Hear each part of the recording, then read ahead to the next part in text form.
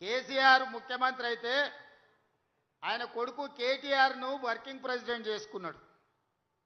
Congress party అధికారంలోకి వచ్చి రేవంత్ రెడ్డి ముఖ్యమంత్రి అయితే సోదరు మహేష్ గౌడ్ని కాంగ్రెస్ పార్టీ ప్రెసిడెంట్ చేసినాం.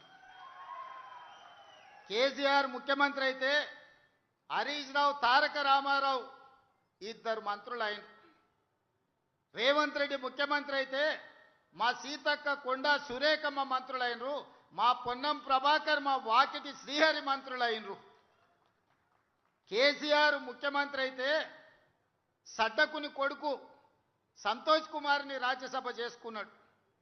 కానీ నేను ముఖ్యమంత్రి అయితే మిత్రుడు వేం నరేందర్ రెడ్డిని ఈరోజు రాజ్యసభకు పంపించిన. అనిల్ కుమార్ యాదవ్ ఈయనే ఉన్నాడానే లేచి నిలబడరా నాయన. ఇగో పిల్లగాన్ని పంపించిన రాజ్యసభకు, పెద్దల సభకు. నేను ముఖ్యమంత్రి అయితే అనిల్ యాదవ్ హైదరాబాద్ నుంచి రాజ్యసభకు పంపించిన. పిల్లగాడు ఎట్లున్నాడు చూడు, గట్టే కుస్తీ పైల్వాన్ లెక్క.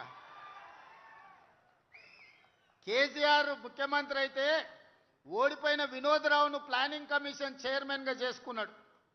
కానీ నేను ముఖ్యమంత్రి అయితే కోదండరామ్ గారిని ప్రొఫెసర్, తెలంగాణ సాధించిన ప్రొఫెసర్ను ఎమ్మెల్సీగా నియమించిన.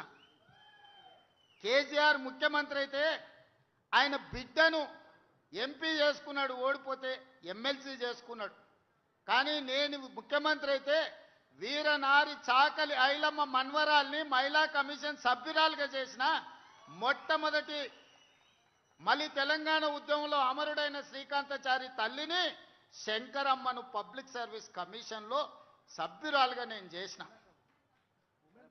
ఇవాళ ఆయనదేమో ఫ్యామిలీ జస్టిస్, నాదేమో సోషల్ జస్టిస్. సోదరులారా, అది దొరల న్యాయం, నాది సామాజిక న్యాయం. ఆయన ముఖ్యమంత్రి అయితే దయాకరావును మంత్రిని చేసుకున్నాడు. నేను ముఖ్యమంత్రి అయితే అడ్లూరు లక్ష్మణ్ వేదిక మీదనే ఉన్నట్టు మా సోదరిని ఈరోజు దళిత బిడ్డను ఇలా మనం మంత్రిగా చేసుకున్నాం.